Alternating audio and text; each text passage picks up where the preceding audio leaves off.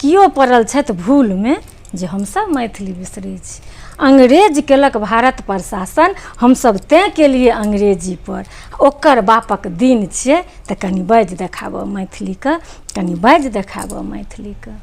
अंग्रेजी ला स्कूल गेलहुँ आ पेटेसँ मैथिली सिखने छी, आ बिना स्कूल गेने हमसब मैथिलीमे PhD केने छी। आ किओ पड़ल छथि भूलमे जे हमसब मैथिली बिसरै छी। अंग्रेजी छी शहरके बिल्डिंग आ मैथिली हमर पुश्तैनी छी। आ कतबो शहरमे बिल्डिंग किनलहुँ कहू गामक घर की छोड़ने छी। आ किओ पड़ल छथि भूलमे जे हमसब मैथिली बिसरै छी। देश विदेश भ्रमण हम करबै तेँ अंग्रेजी सिखने छी। अपना सब तऽ सर्वगुणी छी, अनेको ग्रंथ रटने छी, अनेको भाषा सीख सकै छी। आ किओ पड़ल छथि भूलमे जे हमसब मैथिली बिसरै छी।